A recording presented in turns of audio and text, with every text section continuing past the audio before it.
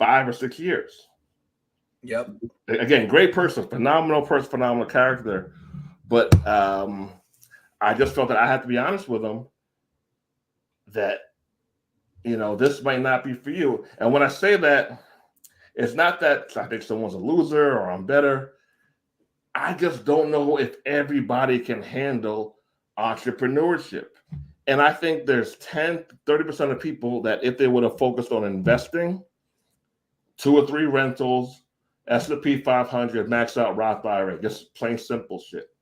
And if they did that 5 years ago, let's say they probably would have had at least $500,000 net worth, max out a Roth IRA, 10, 20 bands a year in the stock market, $200K in equity from each property, right? That's a nice $500,000 portfolio, give or take or so. Rather than trying to force yourself to start a business when you haven't taken any action. So that was interesting. I hope they don't hate me. How do you feel about that? Well, how'd that make you feel? I felt good that it's easy to fire a client you don't like, but you actually do. Well, because he didn't go through the course, because we've done one-on-one coaching before, I just didn't feel comfortable taking his money. Yeah. So I felt uncomfortable saying it because I like him so much personally, and I think he's a winner. He just might need a different approach or a different system to win. But I would have felt worse taking his money. And when you're a coach, for anyone who's looking to get into that industry, it can drain you when you care. What I mean by that is when people don't take action and you know you're great at what you do, it can just literally zap your energy. And just on a personal level, I don't want to deal with that. So if you show me that you aren't going to follow through, I'm going to decline. Because I need the energy from people. I said, our good friend Tim Jackson, he said that, shout out to Tim too. Yeah, what up, my man lost like 50 pounds in like 2 days, yo. Juicing. 2 days? So he told me you can't be Captain Save-A-Hole, Anthony. And I was like, I take offense to that because number one, I try not to save holes, but number two, I think when you care too much, like you said, it is draining on your livelihood. And I think the challenge comes into play when you put too much of your personal energy into that situation. It's no longer a business transaction. It's more of I feel like I could help you. I feel like I could save you. And he said, you have a God complex. He was like, you're arrogant to believe that you could save everyone. Like, you're not God. So why would you think that? And I was like, that is a compliment, but that's also an offense. As I don't take offense to you saying I'm arrogant because I could be arrogant in a way. But he was like, if you truly think about what you're saying is that you feel like you feel like you could save people. And I'm like, if I give you the information, not only give you the information, I walk you through it, not only walk you through it, try to help you understand it. I think 1 + 1 + 1 = 3. He was like, that's to you. He's like, somebody else, it might be 5. It might be 7. It might be 1 + 1. And then you divide, like, you don't even know what they're thinking sometimes. So he was like, it's arrogant of you to feel like that you could help everyone because it's impossible.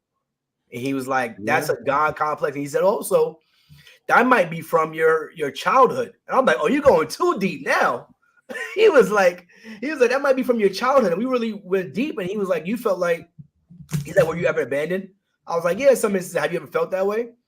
He's like, so you being abandoned. I'm like, all right, now you my therapist. He's like, you feel like you were abandoned at some point in your life, no matter it's your mother, your father, your sister, your brother, your uncle, whoever it is, you feel like you don't want to leave people behind. So now it's upon your soul to feel like you can help people. He's like, that's not the case. Yeah, it's interesting, man. And I told a lot of people, and people have similar habits, Anthony. Have you noticed that that people aren't that much different? Have you seen that, like, with your community? Yeah, we had a guy. I don't want to go too deep into what. So we had a guy, and at the beginning of the situation, I said, I tell him on the side, I'm like, you're this, like, you are this, this, and this. Here's what I'm going to see from you. Here's by the end of this, here's what you'll do. Because I know it. I've seen the characteristics. I know exactly who you are. I know exactly how far you're going to get.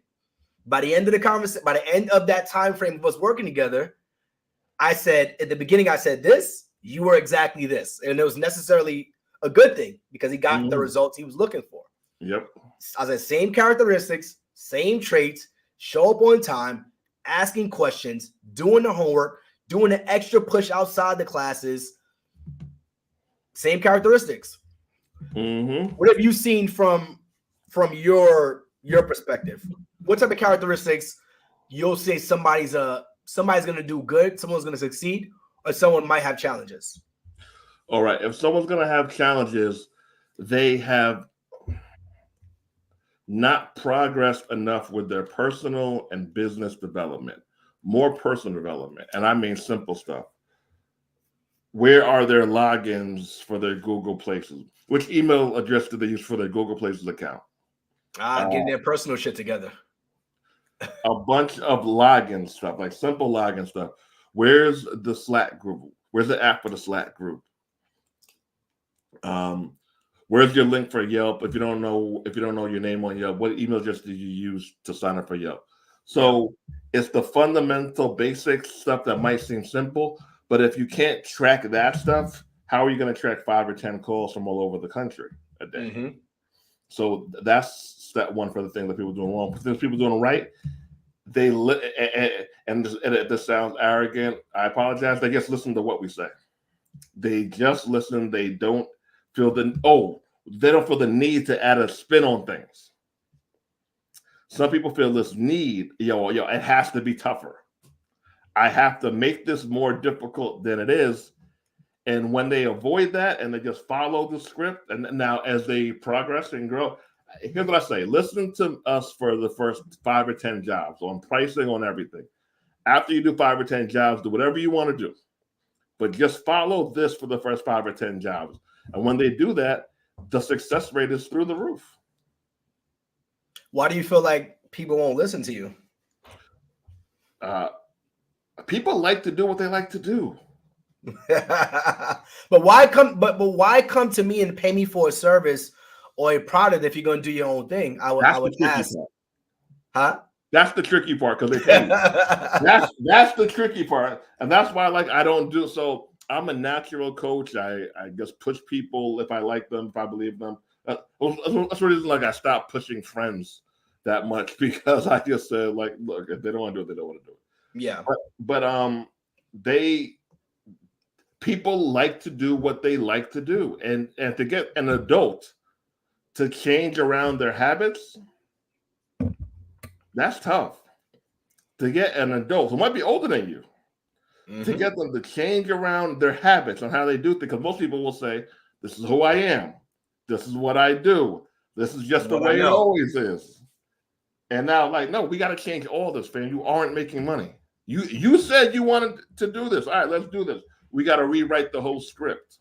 So change is not fun. And a lot of people are resistant to change because they don't feel they have to. Me being an older sibling, having younger brothers, and growing up in the projects, and I had to make sure I did things the right way in order for my little brothers to see me and know this is the way you have to do things. There is no other way. Whatever Tony does is the right way to do it. Like, you go to high school, you go to middle school, you go to high school, you get good grades, you go to college, you graduate. There was no other path for us. That's what my mother said I was going to do. I got 2 younger brothers. She always said, the younger brother's going to do exactly what you did. So I always had that complex of, this is what I did. I think this is probably the best route for you.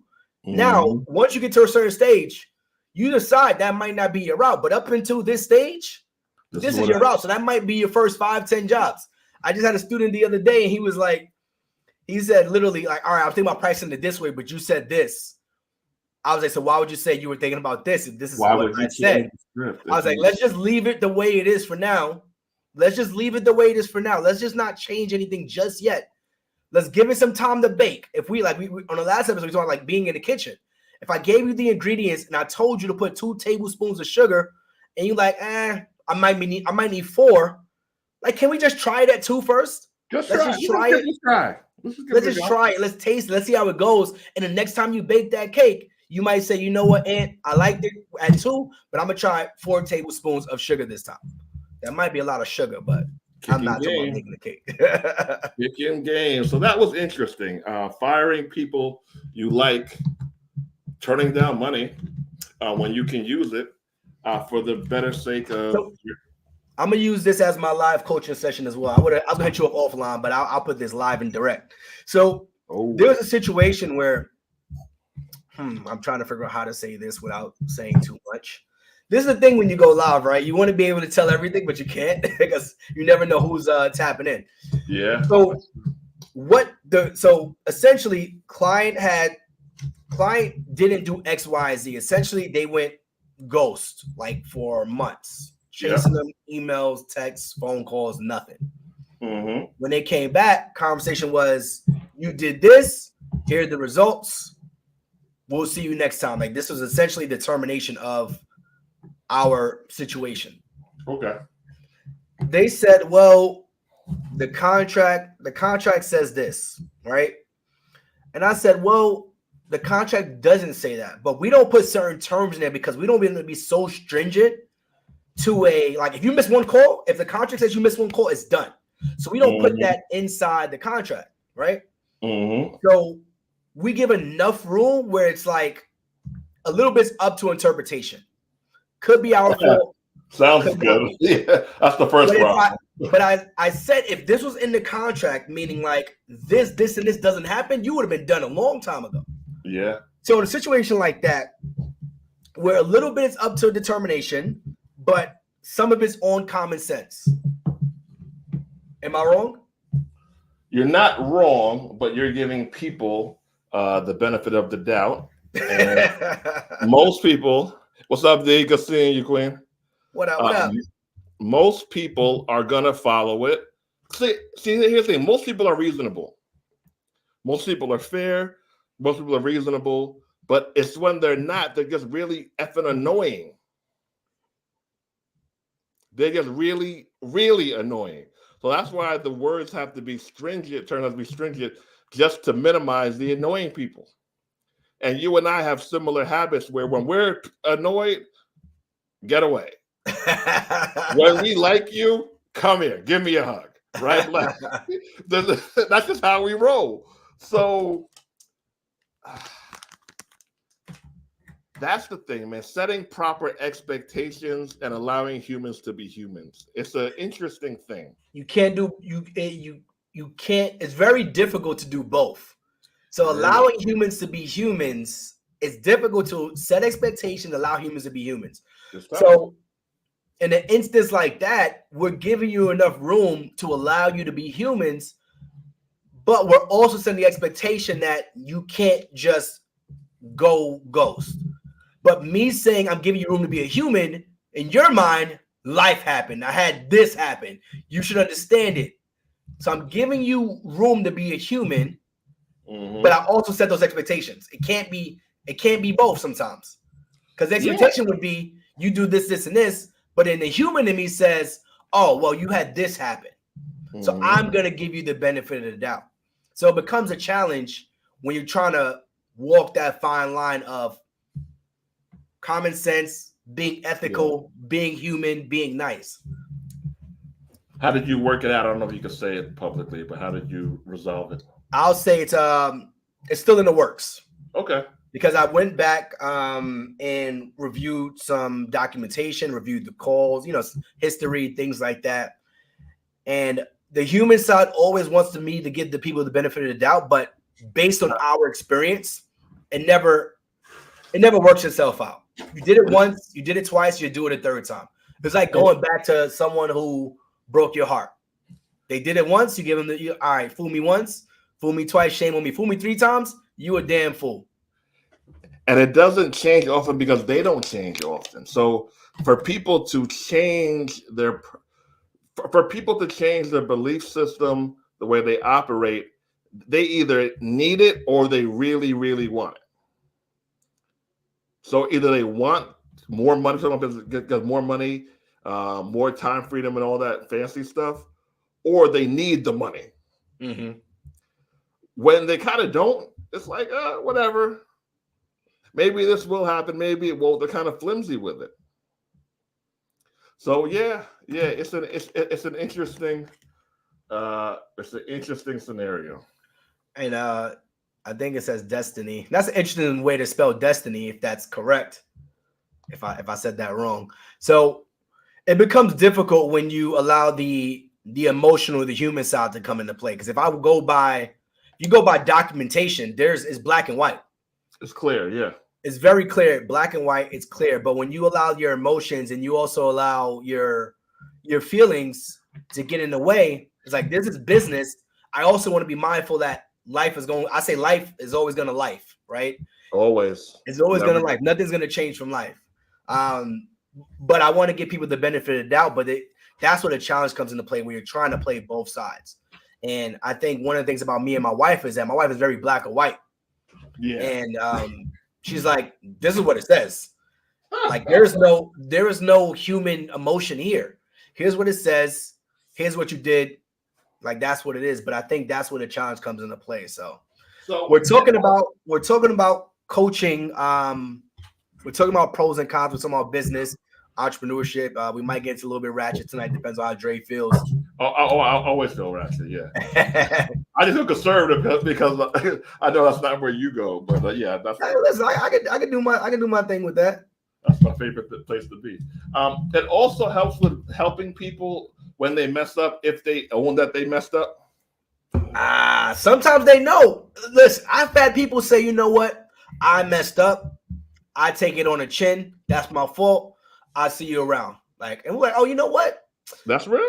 Let's try to do this one thing, right? Let's try to give you a little, like we had a situation where we gave a person like a virtual assistant. He was like, you know what? We'll hire your VA. We'll get them to your business. Like, use that as that's our token. That's your token of, our token appreciation, you trusting us and you being the person to say, I messed up, right? A lot of people don't do that. Mm-hmm. We learn that from the cleaning business all the time. Clients will never say, I messed up. You know what they say? Thank you for the, they'll say, what is one thing they say? Thank you for that update or something like that. I was like, no, you messed up. Like, there's an apology owed here. But they'll be like, oh, thank you for the update. Thank you for the correction. No, I'm sorry. I messed up. I apologize. Sometimes that has to be said. Yeah. And the cleaning business, they don't say shit. They rarely say I apologize or I messed up or I didn't read my email.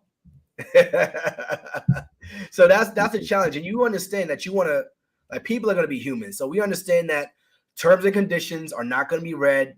We send you 3 reminders. We send you 3 text messages. People are still going to miss it. And we understand that and we bake that into the business, but we always want to have it where we did our part. Life happened to you, understandable, but we did our part. Mm-hmm. That's what it comes down to it. So, but here's what happens a lot of times is people want you to adjust to their bad habits. People want you to adjust to their bad habits. So their bad habit is procrastination. So they want you to come off of your structured way of doing things and to cater to their procrastination. No. You have to change your procrastination to join me where I am to take you to the top. It's tough. It is tough, which is why when people say, I'm just going to create a community, I'm just going to create a course or training program, I'm like, all right, if you just want money, fam, I'm going to give you a bunch of ways to make money. If you're just solely about money, which is totally fine, don't do this. Do this because you care about people's success. It's hard. There are other ways to make money, a lot simpler, fam. Once we're done with a client, with my notary business and with your cleaning business, as long as everything's done, it's done. Not I signed up 5 years ago. I don't know the email address. I changed my name. I paid $50. Where is it? And they're in a rush now. Like, now you're in a rush? That's the challenge. That's the challenge. And you got to be open. You got to be open to that type of stuff when it comes to this. Like Jance, I tagged you and Jance because you got similar personalities when it comes to that stuff. But she's also she's a coach around, I would say, I don't want to say clothing, but boutiques. And she has an academy. She has a physical business with physical clothing. And she also has an academy where she trains people on this stuff. And she was just going through some of her challenges, like one of those things like, oh, I can't log in. It's been 5 years. It's like, wow, okay.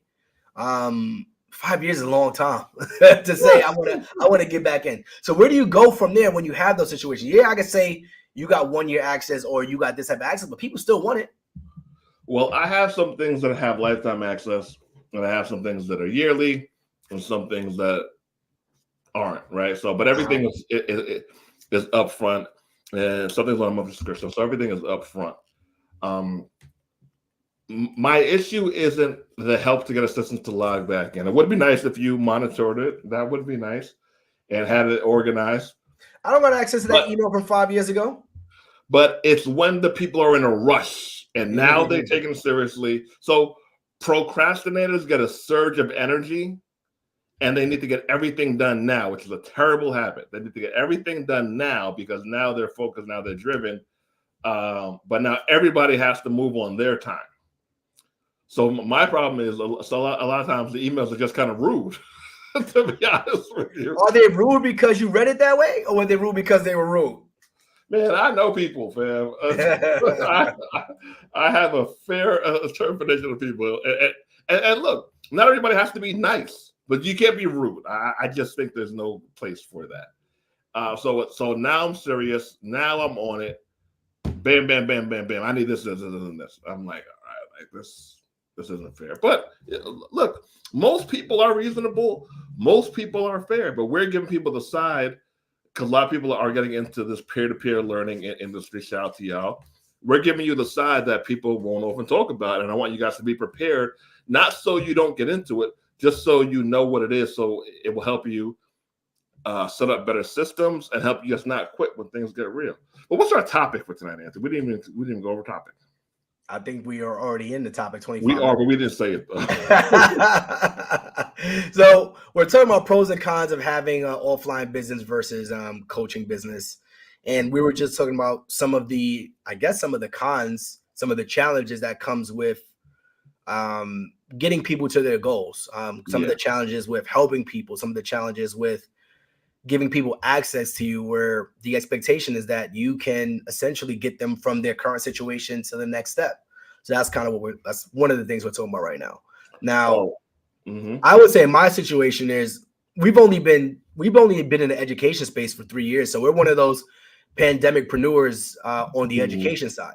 Yeah. We've been in the digital creator space for now, 8 years?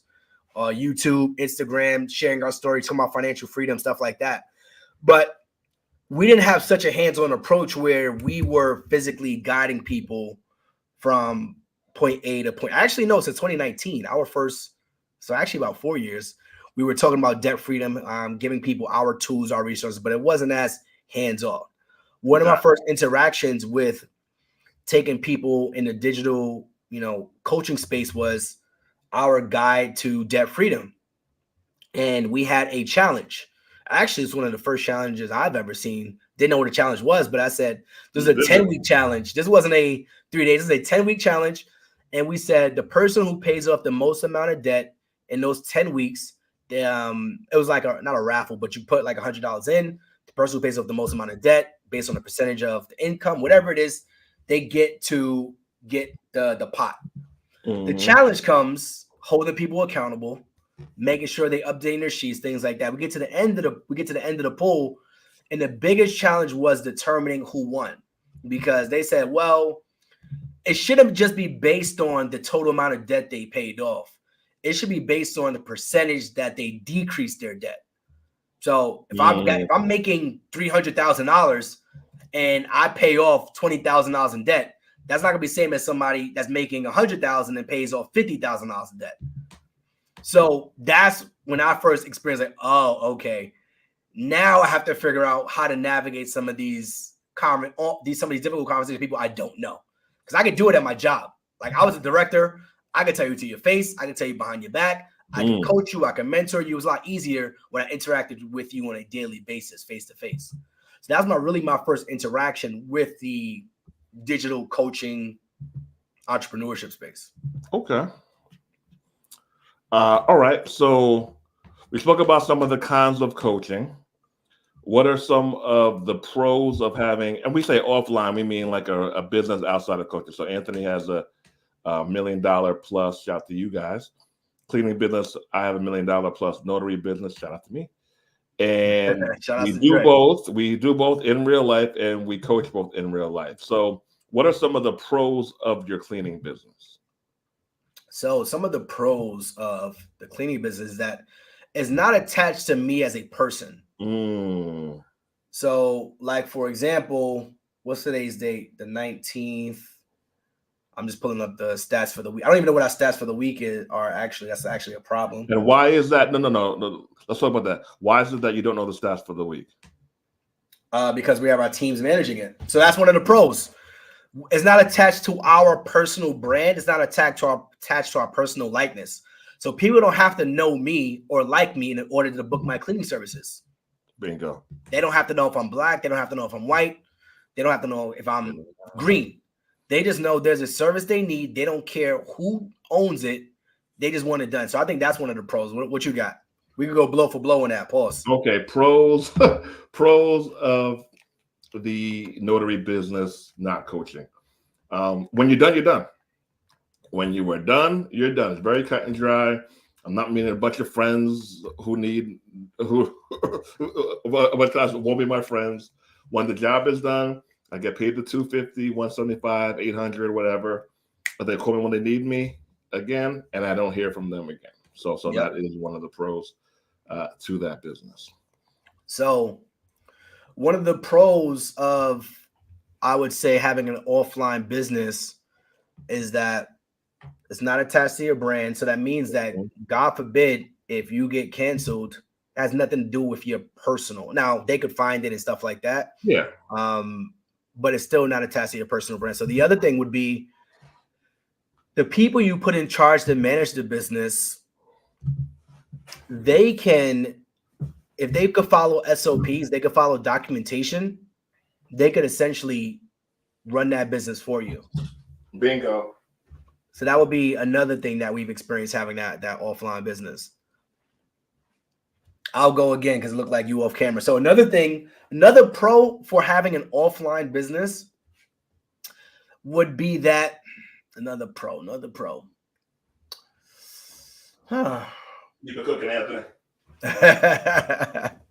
So another pro for having an offline business would be that is 24/7 without you. 24/7 without you. So I go to sleep tonight. Clients can find me, book me, and pay me online in my offline business. So they don't need to call me on the phone. They don't need to talk. That's also a pro for coaching in a way, depending on your product or service. But they can find me, book me, and pay me online without them needing me. Yeah.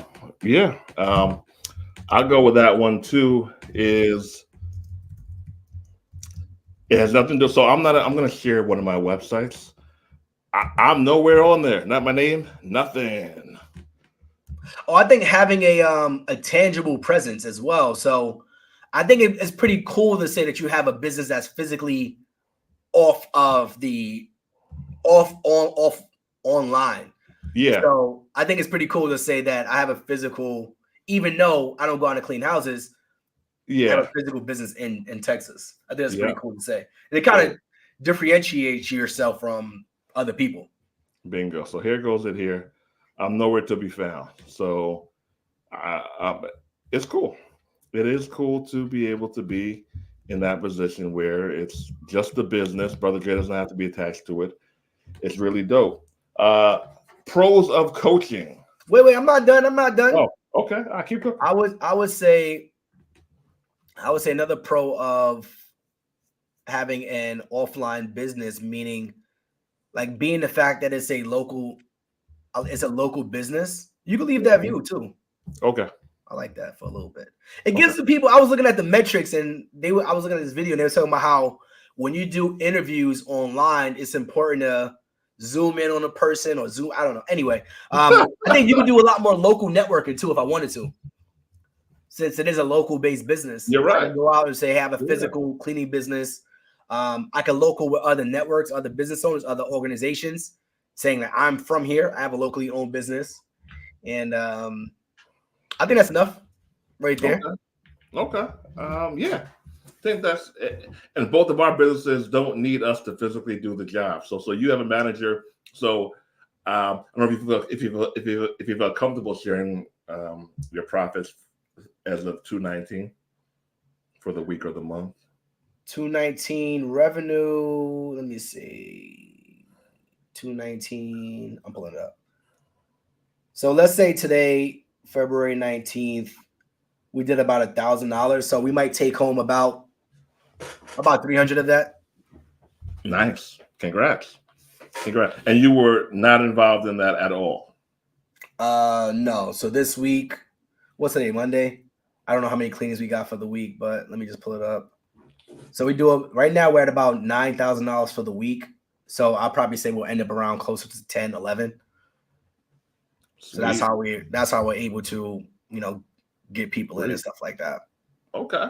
All right. But I got plenty of cons for this business too. Oh yeah. No. This is life stuff. None of them are perfect. And one day we might hate one and love the other. One day we might hate both. One day we might love both. But there is duality. So one thing that's great about the coaching business is personal fulfillment. So every day now, literally every day, if there's not definitely 2 days don't go by where I don't hear a thank you. I made $1,500 last week, $30,000 last month, $12,000 last month for people all over the country. I have a lot of black male students too. A lot of younger students too. I've always had this big brother thing about me, I guess. And literally, people, most of them. So we have pre-recorded and we have live stuff. So the pre-recorded is cool because it's self-studied. That they work on their own time. But when the cons is, I don't get to know them. I don't get to build a rapport with them. So people just randomly comment on my video like, "Dre, I took your class in 2019. I made $100,000 the past 2 years." Like, oh shoot, that's great. Like, let's get on YouTube. Let's talk about it. So personal fulfillment. So with the physical business, it's kind of cut and dry. Hi, how you doing? Oh, your dog is cute. Yada yada yada. Have a bottle of water. I'll see you later. Very, very transactional. That's where transaction. Very transactional. With this business, when you have a good customer, and look, the majority of people are phenomenal people. High majority. You have a certain joy with that. First, a certain fulfillment where, wow, like I made a difference in this person's life for $500, $200, $1,000. They're going to make that a day, a week, or a month for as long as they want to. So, yeah, the joy of seeing somebody grow is very. Yeah, I would say that's a good. I wonder how this is going to cut with the reels. Now that I'm thinking about it. Don't worry about that. You're like, man, keep going. So I think that personal satisfaction is huge. Personal development, like with the physical local business, there's no personal development involved. Like you said, with the coaching, we are helping a person solve usually a big problem in their lives, whether it's more income, whether it's more fulfillment, or even introducing people to a new line of thinking, entrepreneurship. We're able to say that we've introduced people to entrepreneurship. So I said that would be a huge pro for me. That's probably one of the biggest pros. It's not even people say, "Oh, you helped me launch my cleaning business." It's more like you introduced me to entrepreneurship. Now your mind will never be the same. You are now able to say, "I'm going to take what I learned from Anthony or Andre and now apply it to other businesses." Because you're like, my mind has changed, my view, my output. Now I'm going to use what I've learned and apply it to other businesses, other streams of income. And yes, I'm gonna have to keep my 9-to-5 job, but I know I can make money outside my 9-to-5, get to my goals, create options. So for me, introducing people to entrepreneurship is probably my greatest joy of it.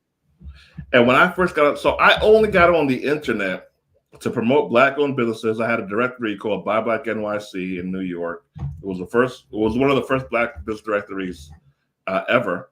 Before they became popular, so we helped make it in the community. So I only got on the internet to promote Black-owned businesses, and at the time, there weren't a lot of Black men who weren't rapping and playing sports and just doing shit like that online. So I said, you know, not that I'm Marcus Garvey, but I think I could do in my own way, push my race and gender forward, right? And remember, we're going back 10, 11 years. A lot has changed in our community since then. A lot of change in our community since then. So then I realized, I think I can teach people a tangible skill. And here we are with the online notary community where we've helped thousands of people make. My number is low, bro, but I always want to not make sure I'm not overdoing it, so I underdo it. But $33+ million in total earnings that I can track. That's not that. I mean, that's only the ones that you could track. That's what I could track. A lot of people, when they make money, they don't come back. They just go and make money and live their life. So think about it like this: you've helped the Black community make over. You've brought in $33 million for the Black community with a skill set that they would not have had without you. So to me, that's a pro. That's a huge pro. That's a pro. Not everyone's been Black, but yeah, look, let's say 32 million. Let's say 32 million. Okay, we'll take away one. our white audience there, our white demographic of listeners. I gotta avoid name Jonathan. Listen, money is green, so people won't come in and make it. So you've been able to help your community make over $33 million in mobile notary, which is absolutely amazing. Yeah. I've been able to help my community launch cleaning businesses to the tune of about 13 million in the last 3 years. So collectively, we got about 50 million right there that we've been able to help people make. That's impressive, bro. That's impressive. It's something I definitely appreciate. Something that feels very meaningful. It's a very fulfilling feeling when you know that you have been part of change. That I've been part of change and just pushing this whole thing forward. Let me give you a con of coaching. Chargebacks. Hardly ever get them in the notary business. Hardly ever. And I hardly ever get them in coaching too, to be completely honest. But what's annoying? Anthony, is when people file a chargeback, email you a week later. Oh, I loved the class. I made my first. I think the last one I had was I made my first $30. It took 5 minutes. I would have charged more, but I was nervous. Okay, great. Just curious. Why'd you file the charge back? I think people think that you're so rich you don't see this stuff. I'm not that rich. I see all this stuff, by the way. The thing is, you have to. So that's super annoying, but then also impacts your reputation on these platforms. So Stripe is an example. If you get a chargeback, that's a ding on your account. And they charge you. And they charge you for the chargeback. So number one, I got to go to Stripe. I got to go to my payment platform and show them all the documentation. Number two, I got to pay for it. Number three, it's a ding on my credit on the platform. So if I get too many chargebacks, now they're going to say I'm not a reputable dealer, and they're going to pull my account, whether it's an accident, whether you meant to or not. So that impacts us in multiple ways. So I say chargebacks are super annoying. I would say push point. And then when I said this about, hey, like, why'd you? Oh, I couldn't find the link for day one of class, so I thought it was a scam. Like, you were there, and I actually remember she was there every day. So some people are professional bad tenants. Some people are professional bad customers. So it was very interesting. All right, Anthony, on you. And that's nuts. I was there day one. I made money, so every day I remembered her. That's why I was so like, yo. I couldn't find the recording, so I decided to charge you back. So I'll go another con. I'll say, since it's an intangible product, it can be challenging to convince people of the value. Ooh. So with cleaning businesses, like, I need my house cleaned. By the time you're done, my house is either clean or sometimes it's a gray area. Yeah, but a shirt, a microphone, that's a physical thing. These are physical, tangible things. With coaching, since it's intangible, it's hard to convince someone of the value. So it requires strong marketing skills and sales skills. And if you aren't a marketer or a salesperson, it's going to be challenging. You know what's tough? To say the same thing over and over and over and over and over again in a different way. It's tough. Yeah, that is real because some people don't respect intellectual property. They think, yo, this is it's coming from your brain. You already know it. Just give it out. Or I'm not paying. All right. I know very few entrepreneurs who make, let's say, over 150 to 250 plus a year who haven't been to some kind of paid mentorship conference that they flew to, training, one-on-one coach. Very few entrepreneurs I know have made it, have made those kind of numbers with just free game from YouTube and ChatGPT. Very few. Nuts. Mm-hmm. Pro of coaching. So is it passive income? Semi. I have been on the boat, made $1,000 on a boat, $5,000 on a boat. But it takes either a lot of, it takes a lot of upfront work, but you are able to make money from anywhere you are in the world. It is a great feeling because as long as you have a solid product, which what you must do, just shout to us, and you just follow through on your stuff, it can work. So you can be anywhere. I'll give you a pro, a con that. So yes, it can be passive when you have the right systems, processes, procedures in place. But before you get there, you got to have reputation. It relies on you. It relies on your reputation. It relies on your credibility, which takes time to build. So yes, a pro is passive. It could be passive. The con is that it takes time to build that reputation that people can know, like, and trust you, find you, buy your services. With my cleaning product, with my cleaning service, I can put my stuff at the top of Google and people will buy. I can put some ads in, people will buy. But for coaching, people are less you have to convince them more to make it passive. Next 4A, I guess. Some people love coaches, some people hate us. It's almost like an ick. Oh, you sell information, you sell business strategies, you charge for your time and information. How dare you? But there are other people, where do I sign up? It's a quick too. Okay, where do I sign up? Which is the best package? Is there a payment plan? What is it with the people who just hate business online coaches? I would say since it's become, this is one of those markets. Well, this is another con, saturation, right? People use the word saturation. Last 3 years, we've seen a huge uptick, me being one of them. I've been on the forefront of being able to take advantage of being a coach. I already had the brand, already had the know, like, and trust. We were already talking about this stuff for free. The only difference was we decided to put a price tag on the information.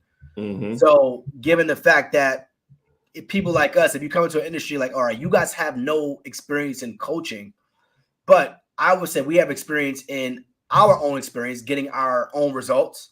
We have experience in helping people get results, but then also we have life experience. I could say I've helped people become managers and directors in information technology and manage people face-to-face on a daily basis for 9-10 years. And I did it on a very high level at one of the highest IT firms for hedge funds and private equities. That could be my holistic experience, but they only see, oh, Anthony sells information, but you don't know what it took for Anthony to get there to be able to sell that information, to put that price tag on it, to put that energy into it. You don't know how much Anthony's paid to invest in himself to get there. So I think a lot of it comes into the oversaturation of the market for the last few years, and people think it's a get rich quick scheme. It is absolutely not.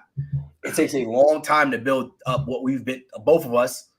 You've been doing this for, well over a decade, and to build up that personal side of it before you can even sell. You about to go back to your YouTube. I was on your YouTube earlier. Go back to those earlier videos. Yeah. So I'm trying to show you guys something that someone left on my YouTube channel. Another con that someone left on my YouTube channel. I'll be deleting those comments, please. Well, I have reasons to do both, and I'm going to share that. YouTube, am I in the right one? I'm in the wrong one. Okay, I'll find it.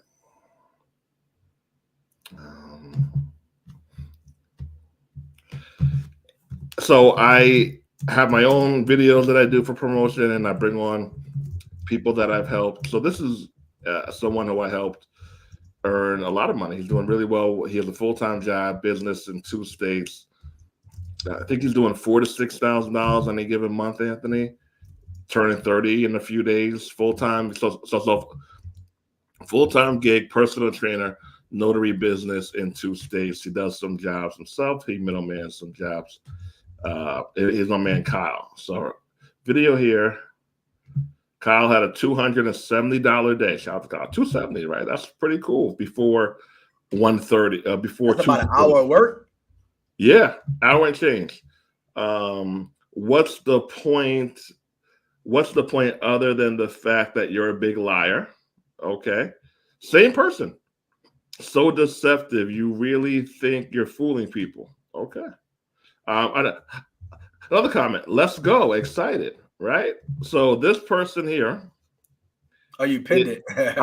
I pinned it for a reason. Because I want them to get the attention that they're looking for. And a lot of times other people who have gone through the trainings will defend you for you. So yeah, there's a reason I do that. So they don't know me. This is a real person who I've really helped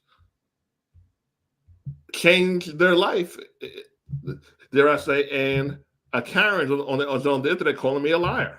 Well, that was literally a Karen. Deceptive. It was like vegan life. That's the definition of a Karen. And she had the short haircut as well. On the side, mom bob. That if there was a Karen, that would be the definition of a Karen. Vegan life, the short bob on the side. Yeah, that was definitely a Karen post. And then she commented twice, so she was out here just But I think what happens is the reel pops up on their feed. They see something attached, like, oh, I'm going to put my comment on. Another con is that you have to be able to accept public defamation of your character. And it's not like people are saying that this, I don't understand this. I don't like this. No, they are coming at your character. This is a lie. You are a liar. This is a scam. This is false. Like now once you say words like that, now you're attacking me. It's okay to say, I don't believe this is true, or I don't understand how this works. I remember Trap had this Wall Street Trap, but shout out to him. He had this ad. He had an ad that said, I made this much money in the stock market doing this. That's what the ad was. Yep. Somebody commented, oh, this is cap. He did an Instagram live with that person and called them out.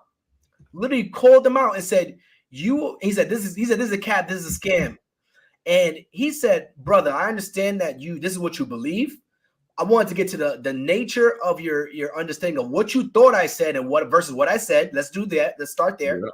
And then now let me show you where you went wrong. So you went wrong by calling me out my name, not knowing me from a hole in the wall, but you were deceptive. No, I wasn't. Let me show you why what you said was absolutely wrong. And you should absolutely apologize to me because I said this, this, and this. You thought I meant this, this, and this, which is not the same thing. So let me show you my stock account live, which you could have asked for. You could have joined my community, got it live, but instead you called me a scammer. You called me a liar. You said this is a lie. This is false. Cap, whatever the young kids use. So you gotta be okay with defamation of character. And I will sue your ass too. That's what I listened to Dave Shands. He was like, "Can we just sue these people for this stuff?" She was like, "Absolutely can." Just like Cardi B sued that lady. And $1 million. And the wildest thing is, so there are some people who are bad actors, right? They take a course, they teach a course, they don't implement what they're teaching. They're making guarantees, which they should never guarantee someone else's success because they don't know the person. So there are bad actors out there. Let's have that be stated on the record. But the majority of people who type in the wrong password, don't come to class, don't follow through. Well, she made $6,000. I didn't make any money. Well, we can see what you studied. In most portals, it shows, okay, Tiffany James' progress is 100%. Tiffany James' progress is 5%. Like it shows it there. Mm-hmm. So the majority of the people are just bad students. And which, if you know you don't want to study. So I am not a stock expert. So I'm talking from personal experience. the S&P 500, from what George said in his video last year, made 60-ish%. Sorry, George, if I'm a little bit off. If you're self-aware, you say, hey, look, honestly, man, I don't want to take a course. I don't want to study. I don't want to run a business, but I do want to make more money. If you had 50 large on deck and you had that 50 in the S&P, that 50 would be worth 106-ish last year, right? Now, give it a decade. Get 2 rentals every 2 to 3 years. So there are avenues to grow wealth, Anthony, if people don't want to do the work. I just want people to have an honest assessment of what they're willing to do and what they're not willing to do. We're working at 10:30 for free right now. Yes, we are. My back is hurting. My camera's jacked up. It's just one of those friggin' nights. One of those nights, right? Mm-hmm. We're dedicated. If you're not dedicated, invest in avenues where the air quotes the greatest minds, companies in the world are running the business, and you sit back and take the risk. Risk, you have to know your adversity to risk as well, like you said. So if I am someone, and that's another reason why they might say people don't trust the stock market. Sometimes it's overcomplicated. I don't know S&P 500. I don't know what that means. Yeah. I want to have more direct control over my income. Fair. And that's the reason why people decide, I'm going to at least go into business, go into entrepreneurship. I want to have more direct influence over my income. Now, me and Janova are going to do a podcast episode on just entrepreneurship and who should do it and who shouldn't. But one of the pros of the coaching business, I would say, compared to my offline business, I would say the overheads are different. Yeah. So I don't need depends on where stage you're in, but I don't need a full staff to run our, the media side of things. It's like, all right, me, you, an editor, designer, let's start cooking. Let's rock. But the con of that is requires more time. It's more time on your side. So you gotta be able to put that work in. Like Dre said, it's 9:30 at night here. I just got off a coaching call with our community. I'm hopping on with Dre, and I gotta spend time with my wife as well. Mm-hmm. So there are gonna be times where you have to put that work in versus the physical business. At this point, I don't have to put, in order for me to grow that, it doesn't necessarily mean I have to put more physical time in to grow it. With this, I want to be seen more. I want my name to be out there more. I want to show more people live aspects. Like this stuff you have to show up for time and time again. So it does become a challenge. Absolutely. Mm-hmm. And I'm out. I was like, oh, okay, this is good marketing. Okay, I'm out. This is good marketing. And I'm like, sometimes I just want to shut it off. I just want to just eat the chicken fingers and talk to the lady at the bar. I do not want to think about this as marketing and how can I pitch this. So it gets tough to turn your brain off sometimes and just enjoy the moment. So that is one of the cons because, you got to use stuff for content because if you aren't in front of people's face, they'll forget about you, bro. Yep. They'll forget about you quickly, man. So literally we have to be in front of people's face, whether it be paid ads, free stuff, email marketing, Instagram, Twitter, TikTok. With the cleaning business, I book you when I need you. I go to google.com, type in cleaning business near me. You show up, I book your services, or I'm a recurring client. That's it. Done. And I believe that a third-ish of your clients are auto every week, every 2 weeks, every month. Yeah. Damn. Most of our clients are recurring. So they're already every week, bi-weekly or every month. So once you get a client into your system, you could rebook them. They could rebook themselves. They could be on a schedule. And they don't know me from a hole in the wall, which is the way I like it from that aspect. But also it's limited by geographic location. Somebody asked me, do you have more cleaning business clients or coaching clients? I'm like, I could coach. We got students in UK, literally in UK right now, in Canada. Yeah. And I don't have my cleaning business not in UK and Canada. I can only service people locally here. So a pro would be probably not having that tangible presence and unlimited reach. Everybody who's online can find me. It's potential. It's a potential customer. It's a potential unlimited client. Potential there. So as we wind it down, Anthony, who should be a coach? Who should not be a coach? So if you're going to say there's a gap in the market, there ain't no damn gap. Just say you want the money. I'll just go there. Just there ain't no damn gap. Let's just say Yo, he's going there. You want to make the money. We hear that too many times. There's a gap, so I decided to do it. There wasn't a gap. It's okay.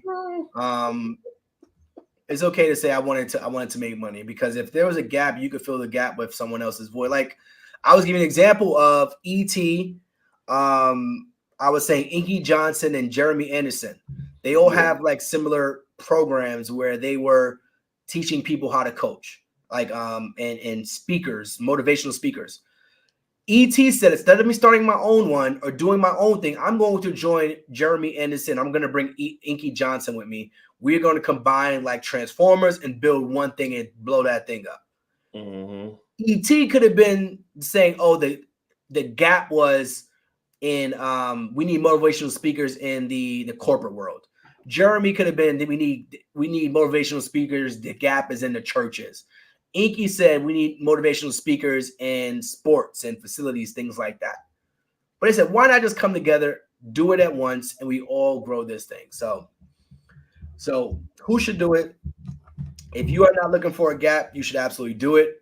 If you have something that is unique, that's your own experience, you should absolutely do it. If it's not based on anybody else, you should absolutely do it. That would be my perspective.